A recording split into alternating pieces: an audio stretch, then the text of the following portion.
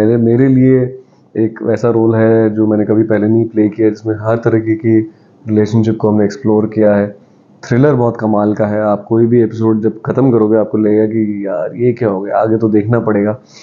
और जिस तरीके से कॉम्प्लेक्स कैरेक्टर्स दिखाए हैं आजकल नहीं दिखते हैं। क्योंकि जैसे मेरा कैरेक्टर देवेंद्र सिंह तोमर, उसने अपने पास्ट में कुछ किया होता है, गलती करी होती है, जिसकी वजह से वो जेल चला जाता है। वो जेल से छूट के कहीं नौकरी कर रहा है और उसको बोला गया है कि अब अपने होम टाउन में वापस जाओ और ये काम खत्म करके आओ।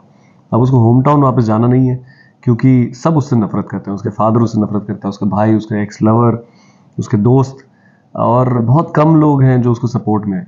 अब कैसे वो इन लोगों के साथ जुड़ के, कैसे वो देखता है कि मैं अपना काम जिस चीज़ के लिए वो आया है, जो मेन प्लॉट है शो का, इनके थ्रू एंड थ्रू गुजरते गुजरते अपने मकसद तक पहुंचता है। बहुत मार पड़ती है उसको बीच में, उसके लिए उसको थप्पड़ पड़ते हैं, पंचेस पड़ते हैं, खून निकलता है, लेकिन वो एक ऐसा आदमी है जो बोलना चाहता है वो तब भी बोलेगा, जो करना चाहता है वो तब भी करेगा। जो जिसमें ये जो हमारी कैरेक्टर है, जो संध्या का जो रोल प्ले कर रही है, जो मेरी लवर, वो आती है और मैं उनका रास्ता रोक रहा होता हूँ, वो मुझसे गुस्से में, मैं उनसे गुस्से में, और मैं जब तक उनको बोल रहा था उनको मुझे जोर से तमाचा मार के मेरे को साइड हटाना है। लड़कियों ने भी पीटा? लड़कियों ने तो हाँ, इन्होंने कुबरा ने नहीं पीटा, थैंकफुली। कुबरा को मैं कुबरा और मेरा एक छोटा सा एक्शन है, लेकिन उसमें हमारी इतने झगड़ा नहीं होता। पर ये श्रुति जो संध्या का रोल प्ले कर रही है, उन्होंने पहले एक स्लैप किया, फिर दूसरा किया, और सुबह सुबह आप सोचिए 5-6 बजे हैं और आप वेट कर रहे हैं कि आखिरी सीन है, ये खत्म हो जाए। रात से आप उठे हुए हैं, सीन्स पे सीन कर रहे हैं, आखिरी सुबह बस आपकी ऐसे खत्म हो रही होती है कि तो कभी कभी लाइनें ऑफ हो जाती हैं, कभी आप कैमरे के मार्क में ऑफ हो जाते हो, कभी आपकी टाइमिंग रॉन्ग हो जाती है, लेकिन मुझे याद है 6-7 अच्छे थप्पड़ तो पड़ गए थे। नमस्कार, मैं हूं प्रियांशु पेन्योली और आप देख रहे हैं नवभारत टाइम्स ऑनलाइन। बहुत बहुत स्वागत है और ढेर सारी शुभकामनाएं नए शो के लिए। थैंक यू, बहुत बहुत शुक्रिया। सबसे पहले आपके शब्दों में आपका नया शो, क्योंकि देख तो रहे हैं लोग खूब, लेकिन जिन लोगों ने अभी तक देखना शुरू नहीं किया है उनके लिए मैं ये कहूँगा कि क्या होता है, हमें बहुत सारे लोगों को तरह तरह की कहानियाँ पसंद है। किसी को क्राइम थ्रिलर पसंद है, किसी को लव स्टोरी पसंद है, किसी को फादर सन रिलेशनशिप, फैमिली ड्रामा पसंद है।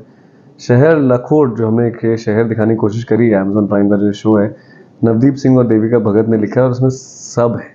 मतलब इसमें सब, मतलब मेरे लिए एक वैसा रोल है जो मैंने कभी पहले नहीं प्ले किया, जिसमें हर तरीके की रिलेशनशिप को हमने एक्सप्लोर किया है। थ्रिलर बहुत कमाल का है। आप कोई भी एपिसोड जब खत्म करोगे आपको लगेगा कि यार ये क्या हो गया, आगे तो देखना पड़ेगा। और जिस तरीके से कॉम्प्लेक्स कैरेक्टर्स दिखाए हैं आजकल नहीं दिखते हैं। हम लोग बहुत सिंपल एक ही तरीके के कैरेक्टर को शायद हम कभी कभी पोर्ट्रे करते हैं, लेकिन सीरीज में मुझे लगता है जिस तरीके का कैनवस होता है, हम तरह तरह के रिलेशनशिप्स पे कवर कर सकते हैं।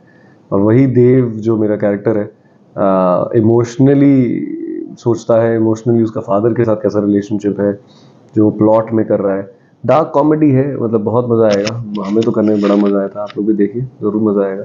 तो भी आपके शब्दों में आपका शो, आप किरदार को जितना आप एक्सप्लेन कर सकते हैं ताकि हमारी रुचि और दिलचस्पी बनी रहे, और क्योंकि लोगों को देखना है तो कोई भी उसके रिवील ना हो। देखिए हाँ, वो प्लॉट तो मैं इतना रिवील नहीं करूंगा, क्योंकि वही एक बहुत बड़ा हुक पॉइंट है। हर तरीके से जब तक आप कुछ सोच रहे होते हैं, ऐसा कुछ एक ट्विस्ट और टर्न आ जाता है कि आपको लगता है ये क्या हो गया कहानी में। लेकिन इमोशनली कहानी बहुत आपको कैरी करेगी, आपके साथ बहुत टचिंग रहेगी। क्योंकि जैसे मेरा कैरेक्टर देवेंद्र सिंह तोमर, उसने अपने पास्ट में कुछ किया होता है, गलती करी होती है, जिसकी वजह से वो जेल चला जाता है। वो जेल से छूट के कहीं नौकरी कर रहा है और उसको बोला गया है कि अब अपने होम टाउन में वापस जाओ और ये काम खत्म करके आओ। अब उसको होम टाउन वापस जाना नहीं है, क्योंकि सब उससे नफरत करते हैं। उसके फादर उससे नफरत करता है, उसके भाई, उसके एक्स लवर, उसके दोस्त, और बहुत कम लोग हैं जो उसको सपोर्ट में है। अब कैसे वो इन लोगों के साथ जुड़ के, कैसे वो देखता है कि मैं अपना काम जिस चीज़ के लिए वो आया है, जो मेन प्लॉट है शो का, इनके थ्रू एंड थ्रू गुजरते गुजरते अपने मकसद तक पहुंचता है। बहुत मार पड़ती है उसको बीच में, उसके लिए उसको थप्पड़ पड़ते हैं, पंचेस पड़ते हैं, खून निकलता है, लेकिन वो एक ऐसा आदमी है जो बोलना चाहता है वो तब भी बोलेगा, जो करना चाहता है वो तब भी करेगा। थोड़ा सा कमीनापन भी है उसमें, लेकिन वो जिद है एक तरीके की, और मुझे लगता है वो जिद्दीपन हमेशा सबके अंदर होना चाहिए। इसलिए जो भी लोग अपनी जिंदगी में लगे रहते हैं ना कुछ पाने के लिए, उनको देवेंद्र सिंह तोमर से बड़ा प्यार आएगा, क्योंकि वो जिद्दी है एक तरीके से। और गलत भी है, बहुत जगहों में गलत रहता है, इसलिए उसके लिए मार भी खाता है वो, इसलिए उसके लिए उसके डिसीजंस गलत भी जाते हैं। लेकिन मुझे लगता है इमोशनली जो अभी तक मुझे रिस्पॉन्स मिला है, लोगों ने जो अभी तक कल से देखना शुरू किया है अमेजोन में और अभी तक कह रहे हैं कि it's one of the finest work जो मेरा उन्होंने देखा है, और कह रहे हैं कि ऐसी परफॉर्मेंस में इतना इंटरनलाइज है, इतनी लेयर्स है आपको देखने को मिलेंगे कि मतलब लोग कह रहे हैं कि इसको मॉडर्न तरीके का एक एक्टिंग अप्रोच कहा जा सकता है या लोग इसमें से सीख सकते हैं। तो मुझे बड़ी खुशी है क्योंकि महीनों तक इसमें काम गया था, पिछले साल पूरा ही लगा दिया था हमने इसको कहानी को बनाने में, और बहुत ही एक अलग दुनिया है। लोग जब देखेंगे तब समझेंगे मैं क्या कह रहा हूँ। एक बड़ी बात आपने कही कि ये एक नया तरह का मॉडर्न एक्टिंग, इससे लोग सीख सकते हैं, ये ना बड़ी बात है। किस तरह के चैलेंजेस थे और ये मतलब ये जो एक्टिंग जो आपने की है और जिसको इस तरीके से इतना क्लेम किया जा रहा है, वो है क्या? तो ये मतलब जो मैं बोल भी रहा हूँ, ये मेरे शब्द नहीं है, मैंने भी जब सुना तो मुझे भी नहीं समझ में आता कि क्यों मुझे ऐसा बोल रहे हैं लोग। और ये कुछ एक दो सीनियर आर्टिस्ट एक्टर्स ने मुझे कहा कि तुम्हारी एक्टिंग में हमें ये दिख रहा है कि इतना रियलिज्म लेके आ रहे हो तुम। जब डायलॉग एक डायलॉग राइटर लिखता है तो उसको डायलॉग के जैसे लिखा जाता है, जब डायरेक्टर उसको देखता है तो एक अलग नज़रिए से देखता है, लेकिन हमारा काम होता है उसमें इमोशन और फीलिंग डालना, उस लाइन में, उस सीन में, उस कैरेक्टर के अंदर। और मेरा काम सिर्फ प्लॉट बताना नहीं है, प्लॉट तो बाकी कहानी जो है डायरेक्टर, डीओपी, एडिटर सब बता सकते हैं आपको। मैं आपको इमोशनली कैसे कैरी कर सकता हूँ उस कैरेक्टर के साथ, क्या मैं आपको उस सीन के लिए आपको होल्ड करके रख सकता हूँ, क्या आपको हंसा सकता हूँ, रुला सकता हूँ, मज़े दिला सकता हूँ। उसके लिए मेरा मेन आइडिया होता है कि मैं डायलॉग को डायलॉग जैसे ना बोलूँ। तो बहुत सारे सीनियर आर्टिस्ट और एक्टर्स ने कहा है कि तुम्हारे डायलॉग में ना डायलॉग गिरी लगती नहीं है, ऐसा लगता ही नहीं कि तुमने डायलॉग बोल दिया। तुम उसको इतना रियल ऐसा फॉर्म में बना देते हो, उसको एज ए कैरेक्टर बना देते हो कि समझ में नहीं आता कि डायलॉग बोल के चला गया इंसान, और छू भी जाती है बात। तो अब मुझे पता नहीं वो टेक्निक क्या है, मैं अपने अंदर से बस ये, मेरी टेक्निक ये है कि मैं सच्चाई को ढूंढता हूँ किसी भी चीज़ में। मैं बस ये ढूंढ रहा हूँ कि मैं एक्टिंग ना करूँ, क्योंकि एक्टिंग में एक्टिंग दिख जाएगी तो फिर मज़ा कहाँ आएगा। ये बहुत मुश्किल काम है कि एक्टिंग ना करूं ये करना, और कैमरे का एक जो डर होता है, मतलब अभी मैं उस लेवल पे सोच रहा हूँ कि तो डर को आप कैसे खत्म करते हैं, जो नए लोग हैं, जो लोग सच में सीखेंगे, आपको उसकी कोई टेक्निक है तो बताइए, कैमरे का डर कैसे खत्म? देखिए, आई थिंक कैमरे का डर वो धीरे धीरे ही जाता है, एक्सपीरियंस आप करते रहिए।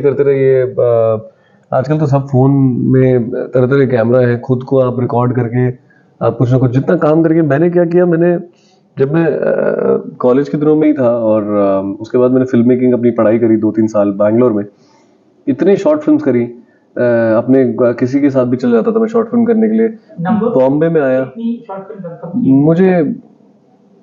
मुझे लगता है 50 के ऊपर होंगी इजीली, मेरी 50-60 तो इजीली है जो मैंने मुंबई में ही कर ली होंगी। उसके ऊपर अलावा मैंने इजीली क्लोज टू दैट मुझे लग रहा है, क्योंकि छोटे 5 मिनट की फिल्मों से लेकर 10 मिनट की फिल्में अभी भी ऑनलाइन अगर आप देखेंगे मेरे कम से कम 15-20 तो आपको ऐसी मिल जाएगी जो फिलहाल रिसेंट है। एक दो शॉर्ट फिल्म के लिए मुझे इंटरनेशनली अवार्ड मिले हैं, हंगेरी में अवार्ड मिला था, एक लाइन ऑफ ड्यूटी करके मैंने शॉर्ट फिल्म करी थी। शॉर्ट फिल्म्स करते करते ही मैंने अपनी शायद एक्सपीरियंस इतना बढ़ा लिया कि मुझे कैमरे से प्लस मैंने टेक्निकल नॉलेज भी मिल गई थी, क्योंकि मैं जब फिल्म स्टडीज़ कर रहा था तो समझ गया था कि कैमरा किस तरीके से आपको दिखता है और आप कैसे कैमरे के साथ दोस्ती करके आप किस तरीके से उन्हें पहुंचा सकते हो अपनी बात। तो वो बहुत ज़रूरी है, क्योंकि जब मैं स्टेज भी कर रहा था, जब मैं थिएटर भी कर रहा था एज एन एक्टर, तो वहाँ आप खुल जाते हो थोड़ा। आई थिंक आपको, मैं तो हमेशा हर एक्टर को ये कहता हूँ कि अपने ऊपर काम करते रहो, क्योंकि हम जब घर में बैठ के ये नहीं सोच सकते कि जब मौका मिलेगा ना तब हम दिखाएंगे, मौका मिलेगा ना तब हम लोगों को दिखाएंगे एक्टिंग क्या है। ऐसा नहीं हो सकता, आपको अपने अपने अंदर तैयारी करते रहनी पड़ती है, कुछ ना कुछ करते रहना पड़ता है, क्योंकि जब मौका मिलेगा तो फिर वो शायद एक बॉल मिलेगी आपको, शायद आप 6 डाउन आ रहे हो बैटिंग करने के लिए, शायद आपको ओपनिंग करने को मिलेगा, लेकिन वो कितनी बॉलें मिलेंगी बॉल आपको पता नहीं है, लेकिन उस टाइम पे शायद आप 6 मारो, तभी वो बोलते ना चांद पे डांस तब मारना पड़ेगा। लेकिन मैं जनरली हमेशा ये स्पोर्ट्स पर्सन से हमेशा इंस्पिरेशन लेता हूँ कि इंसान हर दिन ट्रैक पे भागते रहे, अपनी तैयारी करते रहे, तभी ओलंपिक्स में जीत पाता है। आपको कहानी तो लेके जाएगी, पर जिस तरीके से मैं कह रहा हूँ कि मुझे इमोशनली बहुत चैलेंजिंग रहा और जिस तरीके से मैंने इस पर काम किया, मेरे लिए एक इंसान के रूप अलग अलग होते हैं अपने अपने अलग अलग लोगों के साथ। मैं आपके सामने अभी थोड़ा अलग हूँ, लेकिन अपनी वाइफ के साथ अलग हूँ, अपने फादर के साथ अलग हूँ, अपने दोस्त के साथ अलग हूँ, अपने बचपन के दोस्त के साथ अलग हूँ, और सब ऐसे होते हैं। मुझे उसका ये एक फाइंड आउट करना था देवेंद्र सिंह तोमर का, देव का, कि वो उसका नेचर इमोशनली कैसा है सबके साथ। इसकी लैंग्वेज क्या है? सॉरी, हिंदी में ही है। अच्छा, शो हिंदी में ही है, अमेजॉन प्राइम के लिए था तो हमने बेसिक ही रखा है। कोई आंचलिक भाषा, क्योंकि तोमर आपने कहा तो मुझे थोड़ा ग्वालियर साइड पहुंचा है क्या, वहाँ का टोन है क्या? नहीं नहीं नहीं, वैसा नहीं है। हमने शहर लखोट जो है, आप लखोट को गूगल करेंगे तो आपको कहीं नहीं मिलेगा, क्योंकि लखोट फिक्शनल टाउन नाम दिया गया है। राजस्थान का सेटअप है, आपको एटमॉस्फेयर से पता चलेगा कि राजस्थान में सिचुएटेड है। हमारे कुछ कुछ कैरेक्टर हैं जो वहाँ के थोड़ी सी राजस्थानी बोल रहे हैं लोकल, लेकिन हमने जो बाकी रखा है वो जेनरिक हिंदी रखा हुआ है। ये टाउन का नाम जो है, ये 16 साल पहले, अगर आपने मनोरमा 6 फीट अंडर देखी थी तो उसमें सेम डायरेक्टर थे नवदीप सिंह, उन्हीं की कहानी थी उस टाइम पे मनोरमा की। तो मनोरमा में जो अपने अभय देओल साहब है, उनकी जो कहानी थी वो लखोट में बेस्ड होती है। अभी 16 साल बाद अभी लखोट हमने वापस लेके आए हैं। कहीं रिफ्लेक्ट करेंगे वहाँ से कोई किरदार क्या?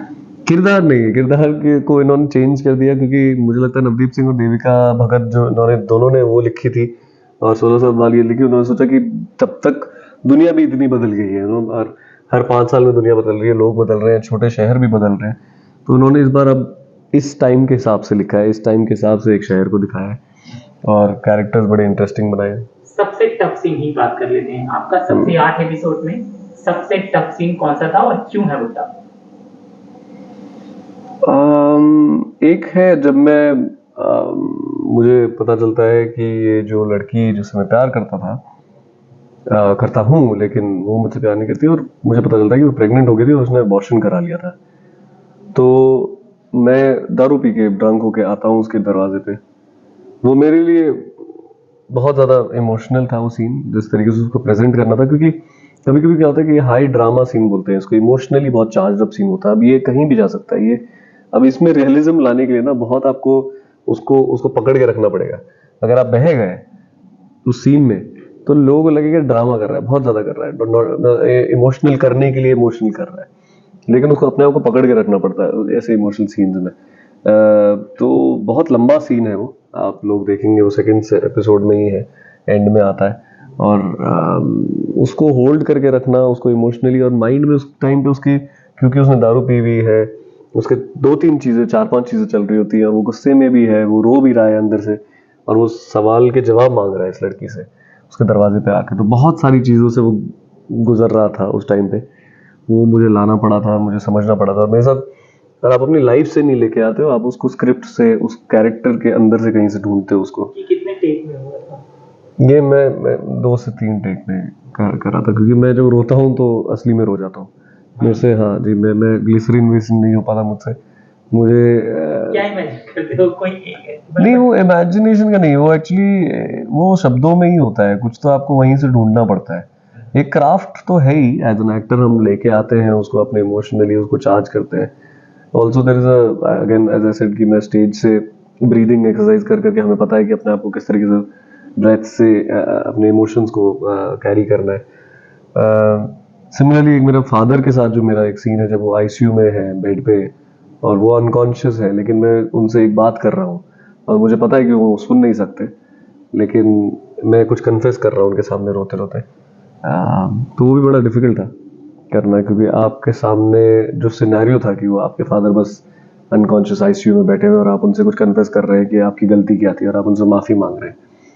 तो ऐसे सीन्स बड़े इमोशनली चार्ज थे, और मुझे लगता है कि लोगों को पसंद आएंगे, क्योंकि बहुत दिल लगा के सच्चाई में असली में ये मैंने फील किया था जब मैंने किया था। जब मैंने भी खुद को देखा तो मुझे तो खुशी हुई है, लोगों को खुशी हुई है कि जिस तरीके से मेरे इमोशंस उसमें निकल के आ रहे हैं वो सब सच्चे लग रहे हैं। कितने दिन तक और कहाँ पे शूट हुआ है, कहाँ कहाँ पे? ये उदयपुर में हमने किया था पिछले साल, मार्च में शुरू किया था, गंदी गर्मी में उदयपुर की, और मार्च अप्रैल मई जून तक हमने 4 महीने हम बसे रहे उदयपुर में, और वापस नवंबर में जाके भी छोटा मोटा जो बचा हुआ था वो जाके फिर खत्म किया। बदला मौसम तो वहाँ नवंबर में तो ठंडी, नवंबर में ठंडी शुरू हो गई थी और गर्मी में हमने किया। तो गर्मी में जब हीट वेव चल रहा था, जब उदयपुर ने बोल दिया था कि भाई आज हीट वेव है, कोई शहर में बाहर नहीं निकले था, एक यूनिट वहां पे छतों के ऊपर हम लोग चेस सीक्वेंस कर रहे थे, तो हालत खराब होती थी। लेकिन तो जो वही है हालत हमारा। खराब होती थी वो मैं डिटेल में सुनना चाहूंगा, एक दो चीज, क्योंकि जब रेत उड़ती है जो आपको परफॉर्म भी करना है, मेकअप में वो लग भी रहा है, और वहां पे कोई आपको कूल करने के लिए कुछ भी कर ले कोई हाँ हाँ हाँ, नहीं मेकअप का एक ऐसी चीज थी, इसमें नो मेकअप शो है ये। इसमें मतलब लड़कियों ने भी, कुबरा भी पुलिस ऑफिसर प्ले कर रही है, उन्होंने भी मेकअप नहीं लगाया, किसी ने मेकअप नहीं लगाया, सिर्फ एक कैरेक्टर मेकअप लगाती है क्योंकि उनका पार्टी वार्टी वाला सीक्वेंस है मतलब पैलेस कहीं का। पर भी मेकअप नहीं है, नहीं है, मेकअप नहीं है। मतलब इसका आप यही बात है कि ना मेकअप होना ही मेकअप है। हाँ, ना मेकअप होना ही, वो रियलिज्म, मतलब मेरा मेकअप सिर्फ वो प्रोस्थेटिक आंखें जब मेरी स्वेलअप हो जाती हैं और जो ब्लड है वो सब ऑब्वियसली नकली है, बाकी हमने कहीं मेकअप लड़कों ने तो लगाया नहीं, लड़कियों में भी एक्सक्यूज मी एक ही एक्टर ने जिन्होंने वो पार्टी वार्टी वाले सीन्स में उनको करना था वहां किया था। पर हाँ, डिफिकल्टी गर्मी में बहुत ज्यादा हो जाती है। आप इमोशनली आप कुछ करना चाहते हैं लेकिन आपकी बॉडी जवाब दे रही है क्योंकि आप डिहाइड्रेटेड फील कर रहे हो, आप चेस सीक्वेंस से फील कर रहे हो। मेरा एक को एक्टर था, रोजा चल रहा था उस टाइम पे, और रोजे के टाइम पे मानना पड़ेगा कि वो मेरे साथ भाग रहा था और छतें कूद हम कूद कूद के चेस सीक्वेंस कर रहे थे। तो बहुत डिफिकल्ट सिचुएशन में मतलब हो ही जाता है ऐसा, जैसे शायर लकोट में ये हुआ, चार्ली चोपड़ा में -3 जाके बर्फ में जाके शूट करना पड़ा था। हालत खराब होती, पर ठीक है, पूरी एनर्जी लोगों से ले लेके फिर करना पड़ता है। ट्रेलर में लोगों ने देखा तो ट्रेलर में बहुत लोगों को ये मजा आया कि एक्शन के बीच में भी कॉमेडी बड़ी मजेदार रखी हुई है हमने। हमने देखा कि अगर आप वो नवदीप सिंह का नोआर जॉनर जो है, नोआर क्राइम थ्रिलर जो बोलते हैं जिसको, कि चेस सीक्वेंस हो रहा है लेकिन पीछे से ना शादी का बैंड का म्यूजिक बज रहा है, वैसा भी होता है। और या तो अब मैं कहूंगा आप रास्ते में किसी दो लोगों को झगड़ते हुए देख लीजिए, आप थोड़ा सा ध्यान से सुनेंगे तो कभी कभी फनी लगता है, जब आप दूर से देखते हैं तो लगता है कि ये क्या लड़ रहे हैं, मतलब हंसी आती है। हमने वो चीज डाली है कि ह्यूमर को भी बहुत स्ट्रेट फेस से, और वो भी एक ट्रिकी चीज थी मेरे लिए, अगर आप ट्रेलर में भी देखोगे तो वो गुड़गांव के भी गुंडे दिखाए हमने जो आते हैं मुझे गाड़ी में उठा के लेके चले जाते हैं, फाइनल चेस सीन है, बहुत एक्शन वैक्शन है, उसमें भी एक छोटा छोटा जो ह्यूमर का एलिमेंट है। आप सिर्फ मार खा रहे थे कि पिटाई करने का मौका मिला? पिटाई मैंने नहीं करी है, मैंने ज्यादा मार ही खाई है इस वाले शो में, क्योंकि जैसे मैंने कहा कि वो गलतियां बहुत करता है, वो बहुत दिल से सोचता है। जैसे मैं बिल्कुल नहीं हूँ, मैं हमेशा पहले प्लान करके दिमाग लगा के पहले सोच के फिर कुछ कदम उठाता हूँ। वो देव ऐसा आदमी है जो दिल से सोच के बस बोल देता है या वो कर देता है। आपको सच में कहीं पर कुछ लगा था? हाँ, मतलब 3 बार मेरे घुटना गया था, वो भी एक ही घुटने में 3 बार लगी, गिरते तो है ही, बहुत बार लगती है, चेहरा बच गया, चेहरे में थप्पड़ बहुत पड़े। थप्पड़ वाले सीन में आप कुछ ज्यादा उसमें एक्टिंग कर नहीं सकते। वो तो क्या था कि पूरी रात हम अलग अलग सीन्स शूट कर चुके थे, और इन्होंने माशाल्लाह वही कि सुबह सुबह वो वाला सीन लास्ट हमने शूट किया सुबह 5-6 बजे, जो जिसमें ये जो हमारी कैरेक्टर है जो संध्या का जो रोल प्ले कर रही है, जो मेरी लवर, वो आती है और मैं उनका रास्ता रोक रहा होता हूँ, वो मुझसे गुस्से में, मैं उनसे गुस्से में, और मैं जब तक उनको बोल रहा था उनको मुझे जोर से तमाचा मार के मेरे को साइड हटाना है। लड़कियों ने भी पीटा? लड़कियों ने तो हाँ, इन्होंने, कुबरा ने नहीं पीटा थैंकफुली। कुबरा को मैं कुबरा और मेरा एक छोटा सा एक्शन है लेकिन उसमें हमारी इतने झगड़ा नहीं होता। पर ये श्रुति जो संध्या का रोल प्ले कर रही है, उन्होंने पहले एक स्लैप किया, फिर दूसरा किया, और सुबह सुबह आप सोचिए 5-6 बजे हैं और आप वेट कर रहे हैं कि आखिरी सीन है ये खत्म हो जाए, इस रात से आप उठे हुए हैं, सीन्स पे सीन कर रहे हैं, आखिरी सुबह बस आपकी ऐसे खत्म हो रही होती है कि, तो कभी कभी लाइनें ऑफ हो जाती हैं, कभी आप कैमरे के मार्क में ऑफ हो जाते हो, कभी आपकी टाइमिंग रॉन्ग हो जाती है, लेकिन मुझे याद है 6-7 अच्छे थप्पड़ तो पड़ गए थे। पहला पड़ा था तो मेरा तो कान ही वो हो गया था, तो फिर बाद में और क्योंकि सनलाइट भी थी तो लाल दिख रहा था यहाँ, तो बार बार हमें मेकअप से उसको टचअप करके कम स्किन टोन बनाना पड़ता था। और वो आपकी हीरोइन आपको मतलब जोर से मार रही थी? नहीं, पर उनकी गलती नहीं है उसमें, उनका कोई गुस्सा नहीं था पर्सनल, लेकिन ये था कि हम जब आप बहुत पास खड़े होते हो तब आप उसमें थप्पड़ को जितना भी हो रेप्लिकेट हम नहीं कर पा रहे थे। जब दूर दूर से होता है तब तो हम 1-2 तरीके होते हैं जो कैमरा में थोड़ा चीट कर पाते हैं, पर इतने पास में थे हम कि वो हमने तरीके नहीं। सीन अच्छा बनाना है तो जोरदार थप्पड़ खा लेना चाहिए। वही मेरा, मारो हाँ, मतलब मैंने बोला सीन में अब कर लेते हैं थोड़ा सा, मैंने बोला कि आप 1-2 बार ट्राई करना और जितना हो सके आराम से, लेकिन आवाज तो आनी चाहिए और वो लगना भी चाहिए इम्पैक्टफुल। चलिए, थप्पड़ खाए तो लोगों का प्यार भी मिल रहा है आपको। अब मैं थोड़ी सी आपकी जर्नी जानना चाहूंगा कि एक आर्मी ऑफिसर का लड़का, क्रिकेट खेलने वाला लड़का, एक्टर कैसे बना, क्या क्या काम किया? 1 दशक हो गया, 10 साल हो गया आपको? यहाँ मुझे हाँ 10 साल आराम से हो गए। मैं पहले स्टेज से शुरू किया था, कर्नाटक वहाँ बैंगलोर में मैंने शुरू कर लिया था। जी जी जी।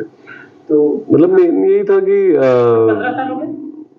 कहाँ से? स्टेज से? हाँ एक्टिंग को 15 साल हाँ मतलब प्रोफेशनली तो नहीं, लेकिन हाँ मतलब जैसे जैसे स्टेज में अगर आप कहेंगे तो हाँ स्टेज में तो मैंने बहुत पहले से शुरू कर लिया था। कॉलेज के दिनों से मैंने थिएटर शुरू किया बैंगलोर में। क्रिकेट से शुरू करते हैं ना, थोड़ा प्रोफेशनली वहीं से। हाँ क्रिकेट तो मेरे कर्नाटका मतलब रीजनल लेवल पे अंडर 14 अंडर 16 में का KIOC Karnataka institute of cricket academy है, सैयद किरमानी चलाते थे वो, हमारे 1983 वाले किरमानी साहब, और उनके अंडर ही उनका कोचिंग काम था और मैं विकेट कीपर बैट्समैन ही था। और 2-3 साल अंडर 14, पहले फिर अंडर 16। रॉबिन उत्तपा इनफैक्ट मेरे सीनियर थे, मनीष पांडे मेरे बैच का ही था। हम लोग खेलते रहते थे और मन वही था कि इसमें कॉन्सेंट्रेट करके चलते रहे, लेकिन फिर वही हुआ कि कहीं ना कहीं आई थिंक मुझे लगता है जब मैं स्कूल या कॉलेज में घुसता ही था, पहली चीज नोटिस बोर्ड में जाके देखता था कि आज क्या नोटिस लगा है, अब मैं स्टेज पे किस चीज के लिए जाऊं। मतलब मुझे बड़ा पसंद है कि मैं कोई म्यूजिक इंस्ट्रूमेंट उठा के चला गया, कोई कॉयर ग्रुप गा रहा है मैं गाने के लिए चला गया, मैं कुछ तो अगला डांस या ड्रामा या कुछ भी हो रहा है, वो चीज कांस्टेंट थी कि कुछ भी करके स्टेज पे जाना है, कुछ भी जगह कुछ ना कुछ परफॉर्मिंग आर्ट्स का जो चस्का था वो हमेशा चलता रहा। और कॉलेज के बाद छोड़ रहे थे और थिएटर की तरफ जा रहे थे, तो जो साथी क्रिकेटर्स थे, जो साहब थे, जो कोच थे, ये लोग आपको मतलब ये रोक रहे थे कि यार तुम अच्छा खेलते हो, अच्छा बैट्समैन और विकेट। नहीं उस टाइम पे वो हुआ नहीं, क्योंकि आई थिंक वो ग्रेजुअली हुआ, ऐसे सडनली तो नहीं हुआ। आप स्कूल के टाइम पे खेल रहे थे, अपने स्कूल को रिप्रेजेंट कर रहे थे, रीजनल्स खेल रहे थे, फिर ये भी हो गया था। आई थिंक उस टाइम पे IPL ये सब बहुत सारी चीजें, हमारे पास अपॉर्चुनिटी इतनी थी नहीं, हमने जितना खेल पाए खेला क्रिकेट, बट जब अपॉर्चुनिटी नहीं मिलती है फिर आप बोलते हो कि यार ठीक है अभी इतना मतलब प्रैक्टिस कर ली, ट्रेनिंग कर ली, लेकिन आगे नहीं बढ़ पा रहे। पर वहीं एक्टिंग और फिल्म मेकिंग से रिलेटेड मेरा चस्का जो चल रहा था, उसके ऊपर मेरी फैमिली ने देखा कि ये तो बहुत सीरियस है इसके बारे में, क्योंकि मैं कॉलेज से निकल के मैंने सीधे फिल्म मेकिंग स्टडीज में घुसा और मैंने टेक्निकली भी पूरा पढ़ा। और ये स्कूल है SAE नाम से, SAE बोलते हैं उसको, और वो अराउंड द वर्ल्ड उसके काफ़ी सारे सेंटर्स हैं। तो मैंने डिजिटल फिल्म मेकिंग करी थी बैंगलोर में ही, इस कॉलेज से, SAE से, और हमारा हेडक्वार्टर ऑस्ट्रेलिया में है। तो प्लान ये था कि अगर 3 साल ये करके SAE बैंगलोर करके अपना प्रोजेक्ट सबमिट करके 1 साल फिर ऑस्ट्रेलिया में स्पेशलाइजेशन करेंगे, तो आपको BA इन सिनेमा का सर्टिफिकेट मिल जाता है, जो मेरे माँ के लिए बहुत अच्छी खुशी की बात थी कि BA हो जाएगा ये लड़का।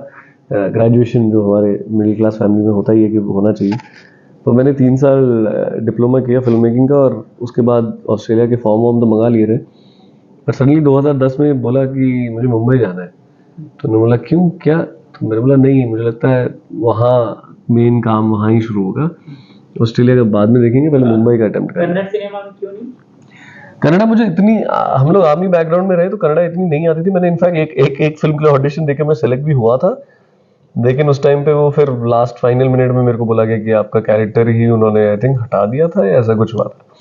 तो जी केंद्रीय विद्यालय वाले हो? हाँ, पहले KV में था, उसके बाद आर्मी पब्लिक स्कूल में था। तो वहाँ उस सर्कल में हाँ ज़्यादा हिंदी इंग्लिश यही चलती थी हमारी मिक्स लैंग्वेज। वही फिर थिएटर करके जब बॉम्बे पहुंचा तो मैंने बोला कि आप लोग 1 साल का अगर मेरी फीस जो बचा के हमने रखी थी जो ऑस्ट्रेलिया के लिए, उसकी जगह आप मुंबई का रेंट दे देना बस 1 साल का, उसके बाद मैं देख लूंगा खुद से। तो वही हुआ उनके साथ, मम्मी पापा लोगों के साथ। वो समझ गए थे कि तब तक मैं बहुत बैंगलोर में भी सीरियसली काम कर रहा था, प्रोडक्शन में काम कर रहा था, कहीं ना कहीं यहाँ वहाँ हम लोग म्यूजिक वीडियोज बनाते थे, हम लोग डॉक्यूमेंट्रीज बनाते थे गवर्नमेंट के लिए। तो उनको दिख गया कि यार ये इसी में है, दिन रात बैठा रहता है। फिर बस यहाँ आ गए, मुंबई आए तो 1 साल मैंने उनकी हेल्प ली, सपोर्ट लिया, बीच में सपोर्ट लेता रहता था, लेकिन मैं किसी भी काम के लिए ना नहीं बोलता था। कोई बोलता था कि यार वहाँ वो दीप्ति नवल मैम है, उन्होंने फिल्म बना ली है, उनको असिस्टेंट चाहिए, तो मैं भाग जाता था, मैं दीप्ति मैम को असिस्ट कर रहा था। आपका पहला काम और पहली तनख्वाह मतलब जो कितने पैसे मिले? एज एन एक्टर मुझे याद है मैंने पहला काम किया था, एक पेप्सी का ऐड था, ये बहुत कम लोगों को पता होगा, लेकिन वो धोनी थे उसमें, और एक विलेज एक फार्मर दिखाते हैं, और धोनी वर्ल्ड कप का ऐड था, ये बहुत पहले के वर्ल्ड कप का, और जिसमें उनके हेलीकॉप्टर शॉट के ऊपर वो ऐड बना था, उसमें मैं पीछे गाँव वाला था। तो हम 3-4 लड़के दिखाए हुए थे शर्ट में, हम वहाँ खड़े हैं और धोनी को चीयर कर रहे हैं। और मेरा 2 सेकंड का आई थिंक बीच में एक क्लोजअप लगता है जब मैं चीयरिंग कर रहा था, तो मुझे बड़ी खुशी हुई थी। और आई थिंक ऐसे 10,000 रुपये मिले होंगे उस एड के लिए उस टाइम पे। हाँ, 2009 की बात होगी, 10 की बात 10-11 की बात होगी। और आप उसी में ऑफ कोर्स इतने खुश थे। 10,000 रुपये मैंने अपने सब फ्लैटमेट जिनके साथ रहते थे हमने बहुत सेलिब्रेट किया उसी को। धीरे धीरे वही एड्स छोटे छोटे मिलते रहे। भावेश कैसे पहुंचे आप वहां तक? ऑडिशन, सब मेरा ऑडिशन से हुआ है। आई थिंक वो इंटरनल अफेयर्स करके मैं एक प्ले करता हूँ, अभी 100 शो हो गया उस नाटक के। सो मैं, श्रेया पिलगांवकर, हुसैन दलाल, शिखा तलसानिया, हम 4 लोग हैं। आकर्ष खुराना जो प्रोड्यूसर है, डायरेक्टर है, उनका शो है ये। तो हमने काफ़ी जगह कर रखा है वो प्ले। और मैं इंटरनल अफेयर्स काफ़ी पृथ्वी में ही कर रहा था शायद, और इनके मुकेश छाबरा कास्टिंग कंपनी के असिस्टेंट्स ये सब वहाँ पे थे।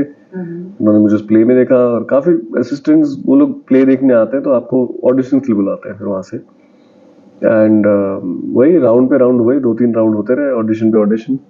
और फिर मुझे बोला गया कि आप अब मोटवानी, विक्रमादित्य मोटवानी आपका ऑडिशन लेंगे। उसके बाद भावेश जोशी मिली। उसके बाद क्या मिला? भावेश जोशी के बाद अगला काम? भावेश जोशी हुई। भावेश जोशी के बाद मैंने किया रश्मि रॉकेट, उसके बाद एक्सट्रैक्शन, उसके बाद मिर्जापुर। वो तो फिर उसके बाद जर्नी चलती थी बस। और वैभवी के साथ जो काम कर रहे थे वो कौन से टाइम में कर रहे थे?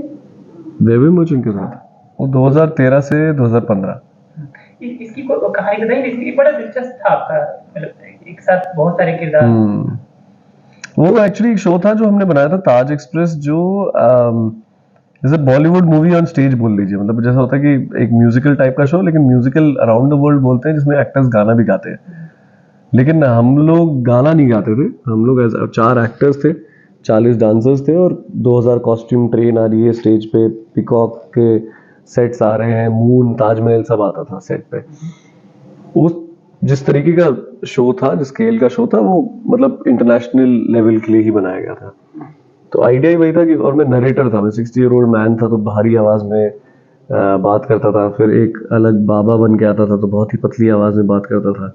जब सरदार बन के आता था, तो वो नरेटर जैसे सूत्रधार होते हैं, तो वो अलग अलग किरदार में आता था। और ऑल्सो लव ट्रायंगल भी था 3 लोगों के बीच में। और वो लव ट्रायंगल में ही मैं वंदना जोशी से मिला, जो आज मेरी वाइफ है।